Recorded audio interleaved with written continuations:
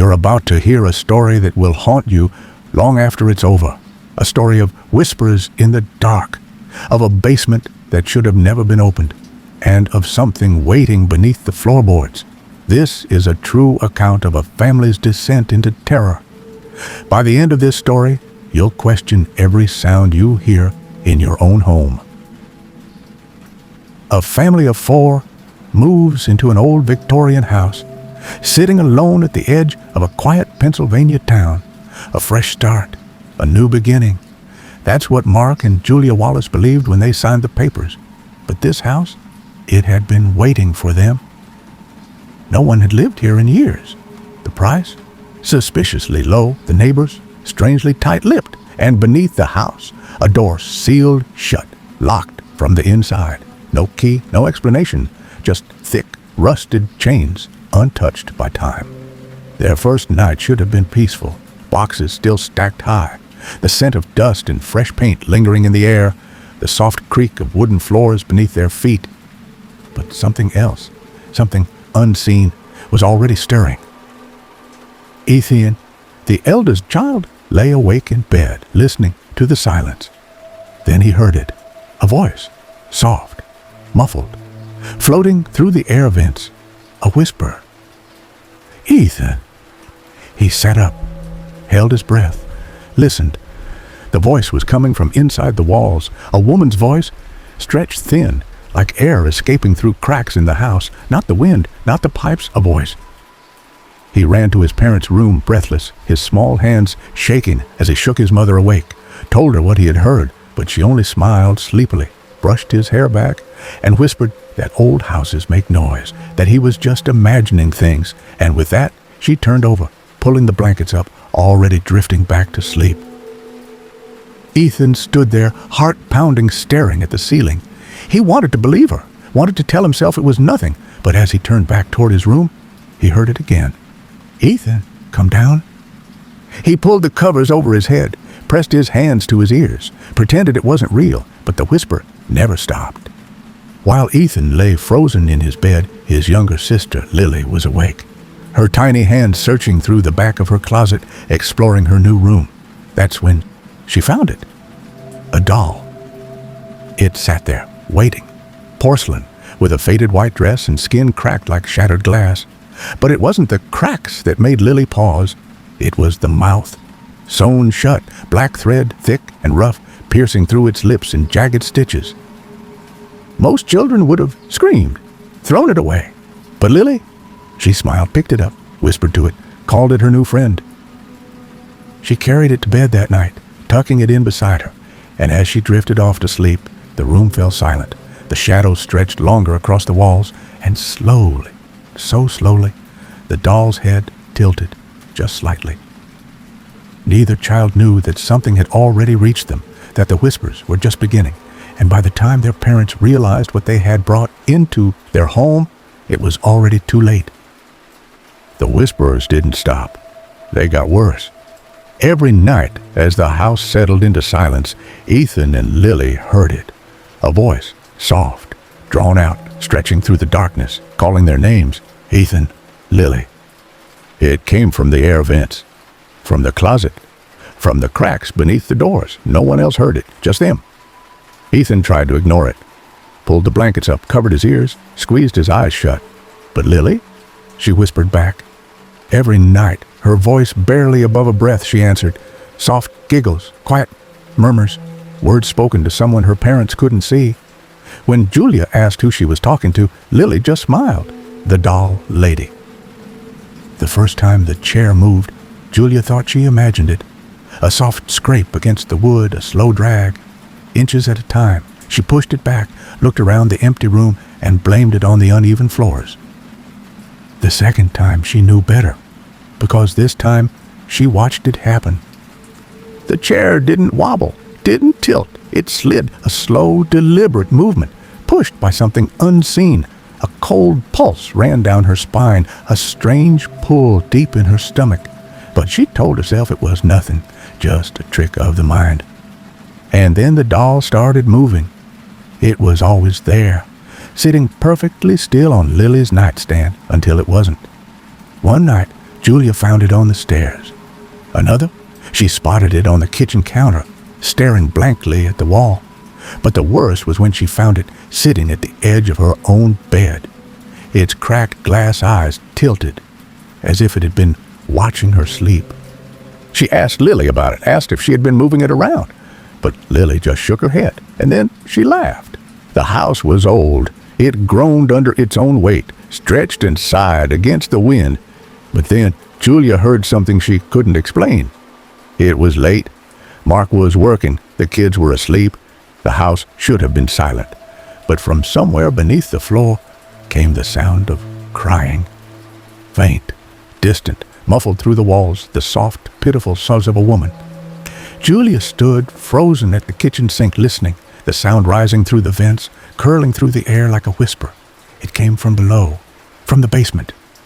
She moved toward the door, heart pounding against her ribs, fingers trembling as they brushed the handle, and just as she was about to open it, the crying stopped. The silence was thick, heavy, pressing against her ears. Then a single knock from the other side.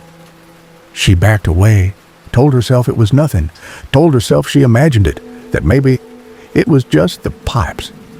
But deep down, she knew better. Baxter knew before any of them. The family dog had never been afraid of anything, not storms, not strangers. But the basement? He wouldn't go near it. He avoided the door, his tail low, ears flattened. The first time he growled, they thought he heard something outside. The second time, they thought he saw his own reflection in the window. But the third time, when his teeth bared, his fur bristled, his body stiff with terror, there was no mistaking it. He wasn't growling at the door. He was growling at something on the other side. Ethan started sleepwalking. It had never happened before, but now, every night, he moved. Julia woke to the sound of soft footsteps on the stairs. She found him standing at the top, eyes open, but unseeing. Face blank, lips moving, though no words came out. She called his name, shook his shoulders, but he didn't respond. The next night, she found him again. This time, at the basement door, fingers grazing the handle as if waiting for someone to open it from the other side. She called for Mark, watched as Ethan turned to look at them, eyes still empty, face pale in the dim light. She wants me to come downstairs. That was the night they should have left. But they didn't. And now, it was too late. The basement door had stayed locked since the day they moved in. Thick, rusted chains wound through the handles, secured by a heavy padlock. No key, no reason for it to be sealed, just an old door, keeping something hidden. For weeks, Mark ignored it. The house was old. Maybe it was just how they built things back then. Maybe there was nothing behind it at all. That's what he told himself, until the night Ethan tried to open it in his sleep. That was the final straw. Mark wasn't superstitious. He didn't believe in ghosts, didn't buy into the idea that houses could be wrong, but something inside him knew this door was meant to stay closed. Still, he had to see, had to know. So one night, while Julia kept the kids upstairs, Mark grabbed his tools. With one hard swing, the chain snapped.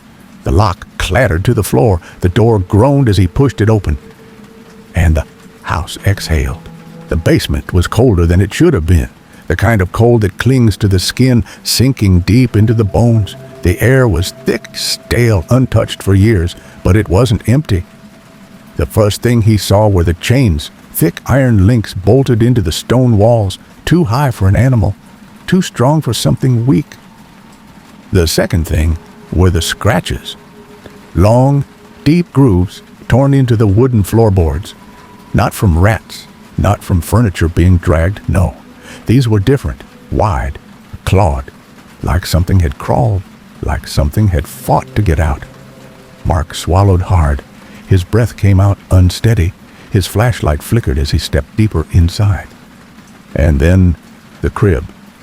Small, wooden, sitting in the farthest corner. The dust was so thick it looked like fog curling over the bars. But the thing inside it, a doll. Not Lily's, not the one she carried, This one was different, older, rotting. Its porcelain skin was cracked, its limbs barely holding together, but its mouth gaped open, as if frozen mid-scream. Mark's stomach twisted. His hands trembled as he stepped closer, breath shallow, pulse hammering against his ribs. He knew he shouldn't touch it, shouldn't look any closer. But then something else caught his eye. The hole. At the far end of the basement, where the light barely reached, the earth had been torn open. A tunnel, dug by hand, leading somewhere beneath the house. The walls were damp, lined with splinters of wood. The dirt was disturbed, loose, as if something had moved recently, as if something still moved. Mark's breath hitched. He turned, ready to run, ready to close the door, lock it, never speak of this again. But then a small voice cut through the dark. She lives down there. Ethan. He was standing at the top of the stairs, barefoot, eyes unfocused, speaking to someone only he could see. She's waiting. Mark could only stare, could only listen, could only feel the unbearable weight of something else in the room with them, something just out of sight, watching. The house had given up its secret, but now it wanted something in return. The house was waking up. The whispers were no longer hiding in the walls, no longer slipping through the air vents in the dead of night. They were bolder now, closer. And Lily wasn't afraid of them. She talked to them, to her, the doll lady. She sat on the floor of her room, legs crossed, whispering to something no one else could see. She giggled, nodded, listened. Every night, the same thing. Julia asked who she was talking to. Lily just smiled, held the porcelain doll in her lap, and whispered, "She says she used to live here. She says she misses her crib." Julia didn't sleep after that. Something in her stomach told her there was more to this house, more to whatever was reaching out to her children, and she had to know. So she searched. Every old house has secrets. Some are buried in the walls, others are hidden where no one dares to look. She found it in the attic, an old dust-covered trunk tucked behind rotting furniture and forgotten boxes. She wiped her hands across the surface, coughed as a thick cloud of dust filled the air. The lock was rusted, but it broke easily under her grip. Inside, a photo album. The leather cover cracked as she opened it, the pages brittle and yellowed with time. A family stared back at her, stiff poses, dark sunken eyes, faded clothes from a century ago. She flipped through the pages, a deep cold settling into her bones. Page after page, the same faces, the same family, but then she noticed something else. Their eyes, scratched out, every single one. Deep, angry gashes torn through their faces, as if someone had taken a knife to them. Violent, desperate, a warning. She turned to the last page, hands trembling. A single photograph remained, a child, small, hair in tight curls, dressed in white, sitting in a wooden crib, holding a porcelain doll. Julia slammed the album shut, and then from deep within the house, something screamed. The walls shook. The air turned thick, heavy, like the house itself was gasping for breath. Mark bolted upright in bed, heart hammering in his chest. Julia stumbled down the attic steps, barely able to breathe. The lights flickered, shadows stretched, something moved in the hallway. The sound was everywhere, a deep guttural voice rattling through the air, rattling through them. Then silence. For a moment, the house held its breath. Then Julia turned and looked in the mirror. She wasn't alone. Behind her, standing in the doorway, was a woman. Tall, frail, skin pale, and stretched too tight over sharp cheekbones. Her mouth was sewn shut, thick black thread, pulling her lips together, cutting into the skin, eyes hollow, sunken, dark. Julia's breath hitched. She couldn't move, couldn't scream, could only watch as the figure lifted one shaking hand and reached toward her reflection. Get out! Then, gone. The mirror was empty. That night, Mark didn't sleep either. Not because of the screaming, not because of the whispers that still crawled through the walls, but because of the bruises. Deep, dark, wrapping around his wrists, too perfect to be a mistake, too tight to be from tossing in his sleep. It looked like shackles. Julia traced her fingers over them, her skin prickling. Her hands felt ice cold against his skin. Mark had no memory of them, no pain, no struggle, but the bruises were there, and something told them both they weren't made by human hands. By the time they noticed the doll, the house had already won. It sat at the foot of their bed, still, unmoving, the cracks in its porcelain face catching the glow of the moonlight. But there was something different now. The stitches were gone. The black thread that had once sealed its lips shut had been unraveled, and its mouth was open. The Wallace family had one last hope. Father Reynolds, a man who had seen things others refused to believe, a man who had fought against the kind of darkness that didn't just haunt houses, but owned them. Mark called him in the dead of night, his voice shaking, his words frantic. He didn't care how much it cost, didn't care what had to be done. He just wanted it gone. The priest arrived the next day, a tall man, his presence filling the room, yet his face was shadowed with something heavy, as if he already knew what waited for him in that house. He barely spoke, didn't ask questions, just took one long look at Lily, and went straight to the basement. The moment he crossed the threshold, the air changed. Thick, rotten, the kind of scent that curls in the lungs, poisons the blood. The light bulb above him flickered, his breath hitched, and then he doubled over. His body convulsed. His hands clutched his stomach as thick black bile poured from his mouth, staining the cold floor beneath him. A sound left his throat, a rasp, a dry, strangled groan. He wiped his mouth with the sleeve of his robe, his face pale, his eyes wild. She's not a ghost. He turned, lips trembling, eyes darting across the basement, as if something else stood in the room with him. He swallowed hard. Then, she's something worse. The exorcism began at sundown. Father Reynolds stood in the center of the house, his Bible open, his voice steady, despite the growing tension in the air. Lily sat across from him, her small body still, her hands folded neatly in her lap. She didn't move, didn't blink. Her face was blank, too blank, like a doll waiting to be played with. The prayers started low, whispered, words slipping through the cracks in the house like a breeze. But as he spoke, the house listened. The walls groaned, the floorboards trembled, the air vibrated with something unseen. Then a light bulb burst. One by one, every bulb in the house shattered. Glass rained down, sharp and glittering.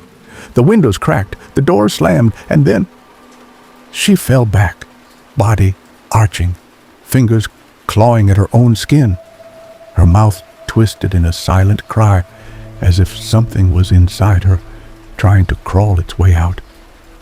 Father Reynolds pressed a trembling hand to her forehead, spoke louder, more forceful, but it wasn't working. The house shook. The very foundation screamed. Mark and Julia clutched each other, their bodies shaking as dust and plaster rained down from the ceiling. The air crackled. Something moved in the shadows, twisting the darkness into something alive. "Leave!" The walls bulged. The basement door swung open, revealing nothing but a pit of black, and then, bang! The basement door slammed shut on its own. Father Reynolds spun toward the sound, his breath coming in ragged gasps, and before anyone could react, his body was thrown across the room. His back hit the wall, bones splintering under the force. A wet gurgle left his throat. As he slid to the floor, his limbs twisted in ways they shouldn't bend. Blood pooled beneath him. His mouth moved, but no sound came out at first. Then, "You shouldn't have let her out." His body went still.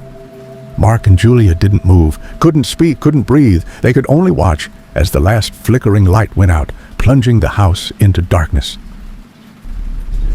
She's awake now. The house had one last secret. Mark found it in the study, buried beneath stacks of rotting paper, old records, faded ink, yellowed pages crumbling at his touch. But one thing was clear. The house had always belonged to the Whitmore family, a well-respected name, a family of wealth, power, influence. And a woman they tried to erase? Eleanor Whitmore, the daughter, the disgrace. They called her unnatural, cursed. Said she spoke to things no one else could see. Said she knew things no one was meant to know. In the winter of 1902, they accused her of something worse. Witchcraft. No trial, no chance to plead her innocence. Her family, the people meant to love her, dragged her down the basement steps, locked the door, bolted the chains, left her to starve. She should have died, but she didn't. For weeks they heard her, soft at first, a whisper curling through the floorboards, a breath slipping through the walls, then louder, a voice pleading, a voice begging, then laughing. And one night it stopped. No more sounds, no more scratching, no more laughter. The family sealed the basement, boarded the windows, left the house without looking back. They thought it was over. They were wrong. Julia didn't need to read the newspapers. She already knew. She had felt it the moment she stepped into that house. The cold, unseen hands pressing against her skin, the whispers curling through her hair, the doll Lily wouldn't let go of. Her fingers tightened around it, shaking. It had been in their home since the first night, sitting on Lily's nightstand, perched at the foot of their bed, appearing in places it shouldn't be. It wasn't just a toy. It was a conduit. The stitches weren't meant to keep something out. They were meant to keep something in. And now, the thread was gone. Julia grabbed the doll, ran to the fireplace, threw it into the flames. The dry porcelain blackened, the dress curling in the heat. But before the fire could take it, tiny hands clawed at Julia's arms, tearing, gripping, yanking her back. Lily's eyes, not her own, wide, black, hollow. She likes it here. Julia stumbled. The wind knocked from her chest. Lily stood over her, the fire's glow flickering against her face, casting shadows that didn't belong. Mark rushed forward, but the moment his hands touched Lily's shoulders, she laughed. Not the giggle of a child, not the sound of innocence, but something old, something hungry. The house shook. The walls rippled, the wood groaning like it was coming apart. The air thickened, pressing into their lungs, into their bones. The very foundation of the house seemed to breathe. Then, the basement door swung open. A tunnel of black, a void stretching into the earth, and from the shadows, a voice. Come home. Julia's body jerked, her limbs locked. An unseen force wrapped around her ankles, dragging her toward the basement, pulling her toward the dark. Mark lunged, grasping her hands, pulling back with everything he had. But something else had her now, something stronger. The floorboards split beneath her heels, her nails clawing at the wood. The shadows swallowed the light, swallowed the air, swallowed her. The last thing she saw was Lily standing still, watching, smiling. The house is quiet now. No more whispers, no more screams, just stillness. Dust drifts through the air, settling over the broken floorboards. The walls stand heavy with the weight of something waiting. And in the basement, Ethan stands alone. His small hands hang at his sides. His head tilts ever so slightly. His lips part just enough for the song to slip through, a melody too old for him to know. His feet are bare, his skin pale under the dim light, his breath steady, too steady. And his eyes are not his own anymore. For a long moment there is nothing, just the hush of the basement, the weight of the dark pressing in from all sides. Then Ethan smiles. Shh, she's awake now. The house is empty now. The doors hang open. The window gather dust. The walls, once alive with whisperers, now stand in silence. No sign of Mark, no sign of Julia, no sign of the children. They're gone. The official record tells a simple story. A missing family. A house left abandoned. No fingerprints, no forced entry, no evidence of where they went. But one thing was left behind. The basement floor, dust settled in thick layers, and in the center, sitting perfectly still, a porcelain doll. Cracked, stained, familiar, and its lips unsewn.